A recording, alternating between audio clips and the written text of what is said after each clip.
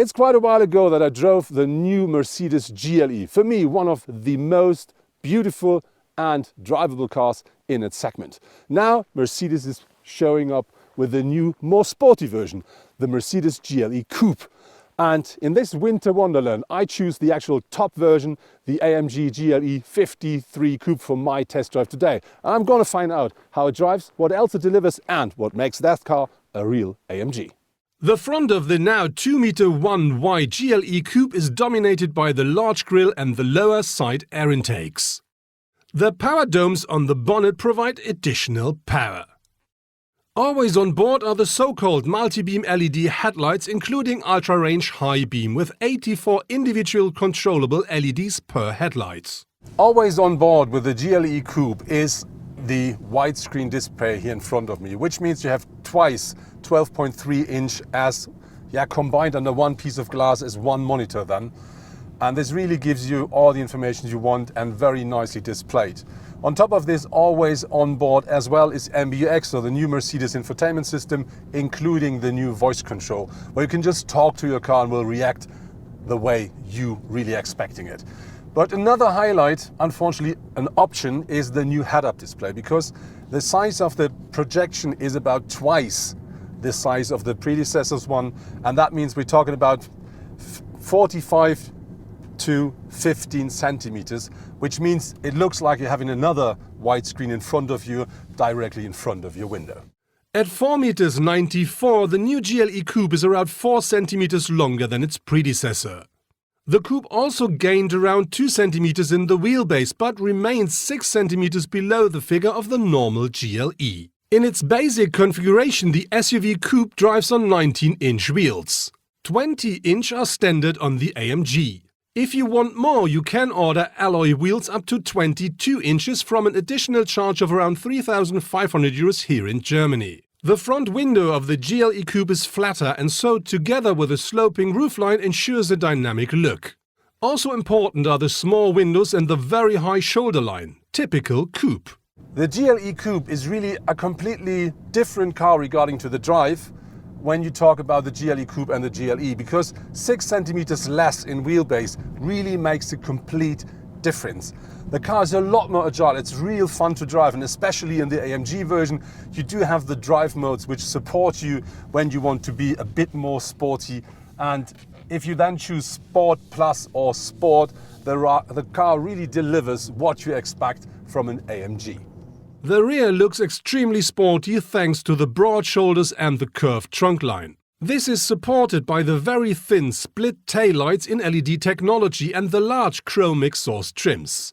When you drive a Mercedes AMG, you don't have to think about quality of materials and craftsmanship, and the GLE Coupe is not different. So the things you find in here are softish materials, wood, leather, very nice surfaces, so everything that makes the car look and feel absolutely perfect.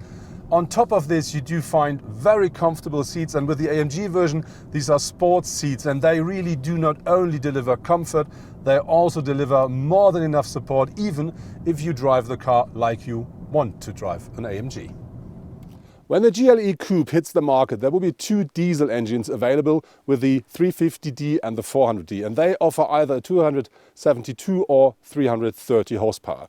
On top of this, in summer 2020, there will be a plug-in hybrid available, which then offers a system power out of a diesel engine and an electric motor of 320 horsepower, and I think more important, an pure electric range of more than 100 kilometers. On top of this, for all the performance guys, you will find the AMG 53 at the moment, which now offers 435 horsepower, but there will be a 63 as well. I don't have the date, but it will come. Important with the GLE Coupe is all the cars at the moment offer an automatic gearbox, and all the cars are 4MATIC cars, which means you have all-wheel drive always on board. Vehicles like the GLE Coupe are never a bargain. The basic version of the 272 horsepower GLE Coupe 350D 4MATIC costs from 76,279 euros onwards in Germany. But the competitors are not cheap either. A Porsche Cayenne Coupe costs from around 83,000 euros and a BMW X6 from about 75,500 euros. The Porsche Coupe starts with a 340 horsepower 3-liter 6-cylinder petrol engine. The BMW also features 3 liters and 6 cylinders, but here a diesel delivers 265 horsepower. The AMG I'm driving is featuring a 3-liter 6-cylinder inline engine, and that delivers 435 horsepower, 520 newton meters of maximum torque, and it is combined always with a 9-speed automatic AMG gearbox. And this package really works absolutely well, and when you do a kick down in that car, it really changes into a beast. The acceleration is massive and you do not feel like driving a big SUV. It's really very nice. And so you really have the opportunity to say, okay, I just want to drive comfortably, easy, just enjoying the countryside. Or you can say, yes, I want the sportiness of an AMG, and both will be delivered. And this is the same with the drive modes. So you do have extra drive modes in the car, like sand, like slippery grounds and all that stuff, but you do have the standard 3, let's say. It's Comfort, Sport and Sport Plus. And when you choose in between those, the whole car really completely changes. So you can really say, yes, I want to comfortably drive, just easy with my family, or I want to have it a lot more sporty if it is the time to do that. Looking at the shape of the GLE Coupe, you may think the boot size cannot be good, but when you look into it, you find with the rear seats up a maximum capacity of 655 liters. This is, by the way, 25 more than the standard GLE offers, and this is only because the boot is longer. But when you fold down the rear bench, the picture completely changes, because then the car only features 1,790 liters of capacity, and this is, to be honest, about 250 less than the standard GLE will provide you with. But there is also plenty of cargo space at the Porsche and the BMW. The BMW X6 offers 580 up to a maximum of 1,530 liters of luggage space. The Porsche Cayenne Coupe performs slightly better with 622 up to 1,540 liters. The price you're paying when you drive an AMG is you will use more petrol than with a standard diesel engine. So AMG says that our car should take 9.3 liter per 100 kilometer driven. To be really honest, we're driving through the countryside, but inside of the mountains it's cold outside, and the figure I have in my car is a bit more like, let's say, above 15. But you really have to be fair. We're climbing the hills, we're driving down, we stop, start, turn over. So this is not a standard figure. But I think if you drive the car, you should drive the car, you should expect something above 10. Of course, the GLE Coupe features the most important driver assistance and safety system as standard. And on top, you can choose out of a whole variety of different systems which make your car on one hand more safety, on the other hand more comfortable. And because that is so long, let's have a look yourself. I will just present you what is standard and what comes as an option. Of course, you will find not only the new GLE Coupe, which is a lot more sporty than the standard GLE, you will find the AMG version as well. And I'm very interested to see what really makes the AMG an AMG. And this is why I now talk to Steffen Nowak. He is the head of the project with that car. Steffen, I have just a question. A GLE Coupe is a very nice and sporty car, but AMG is always a completely different world. So what did you do to the car to make it not only look, but to make it drive like an AMG? The most obvious is for sure the AMG GLE, which now is on all AMG models, and it gets the car immediately in the AMG family. We do have the AMG bumpers that additionally have the flicks here that funnel the air alongside the car. We have the AMG wheel arch claddings and the side skills. So basically you have a very individual look of the car. And for sure on the rear you have the rear bumper with the two double round exhaust end pipes. Interior design. So is there anything different? Like you just said, we have different drive programs.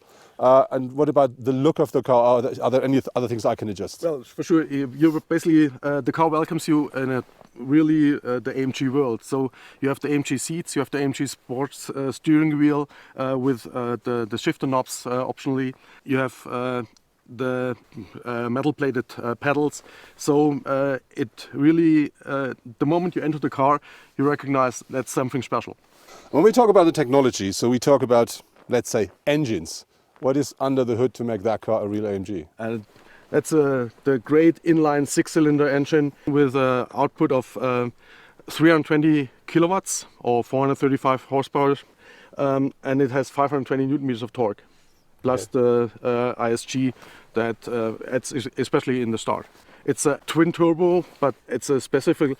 You have the regular turbo, and then you have an electric compressor that adds to additional compression from immediately after the start. In addition, this engine has a starter alternator that gives an additional 22 horsepower and 250 newton meters of torque. So from the very beginning, the car has a very good response, and it's really a great engine. When we talk about suspension, I think there is some difference between this one and the standard one, especially when it comes to the so-called e-body control, which that car doesn't feature. The suspension is developed completely new for this car. It's an air suspension, and what makes that car special is the series has a cradle that is attached to the body with rubber mounts. We attached it fixed. In addition, we distanced the attachment point of the lower control arms by 20 millimeters, and by that we achieve a different center of roll. That gives the car a much more car-like handling. And we have, in addition, the active stabilizer bar. So the stabilizer bar that really can twist and give force to the wheel and really give the car a very precise, very agile handling. The car has a torque transfer case that can distribute the force between the rear and the front axle. So this really gives the car and gives us the option to have, depending on different drive programs, a different torque split. And for sure, it splits the torque in a way that you have maximum torque on the wheels, but also gives you a more agile handling the more you go from comfort to a sport driving program. The GLE Coupe really offers loads of space here for the driver and the co-driver, and there is no difference you can feel if you compare it to the standard GLE. So even me as a tall person, I really do sit very comfortably here. I have more than enough space, and I do also have enough headroom. But how does it look in that kind of a coupe behind me? Let's find out while having a short stop. So the promised short stop to see if I can sit behind me. My seat position not changed, so let's climb in to the coupe.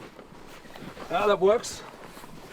And as you can see, I always sit very upright as a driver, so I do have more than enough space in front of my knees. I do have not so much space left for my foot, but the thing is, I really used to sit quite down to the ground because I'm quite tall. And when I'm sit really upright here, yes, I will touch the ceiling, but still, I'm 1.95 meters behind 1.95 meters, and that's, for a coupe, not bad. If you drive an AMG, you do expect the typical AMG sound from the exhaust, this piece of brutalness, of power. And with the new GLE Coupe, this is unfortunately a bit different. And the reason for that is that it's not that AMG says we decided not to do it anymore, or that they said we can't deliver because of the kind we built the exhaust system. No, it is only a legal thing. So they're not allowed to do this anymore. And this really is a pity. That was my test drive with the new Mercedes-AMG GLE 53 Coupe. What I really found very surprisingly is that you not only, as a driver and co-driver, sit very comfortably in the car, you also will find more than enough space at the second seat row, even for a tall person like me. Another thing which is really surprising is the boot size. It is bigger with the rear seats up than with the normal GLE, but this is because the car is a bit longer. Then the other very nice thing is the car is a lot more agile than the standard GLE. One reason for that, of course, is the shorter wheelbase. We're talking about 6 centimeters. But of course, you have to complain when you do a review. In this car, the complaint point will be the price, because the sticker price for the base model 350D is about 76,000 euros in Germany. If you want that car, the 53, that'll cost you a bit less than 93,000 euros. And we're still talking about the base equipped car. But on the other hand, it's pure fun of driving. It's a really nice car to look at. And if you want to drive that car with a star on your bonnet, you may have to just pay the price.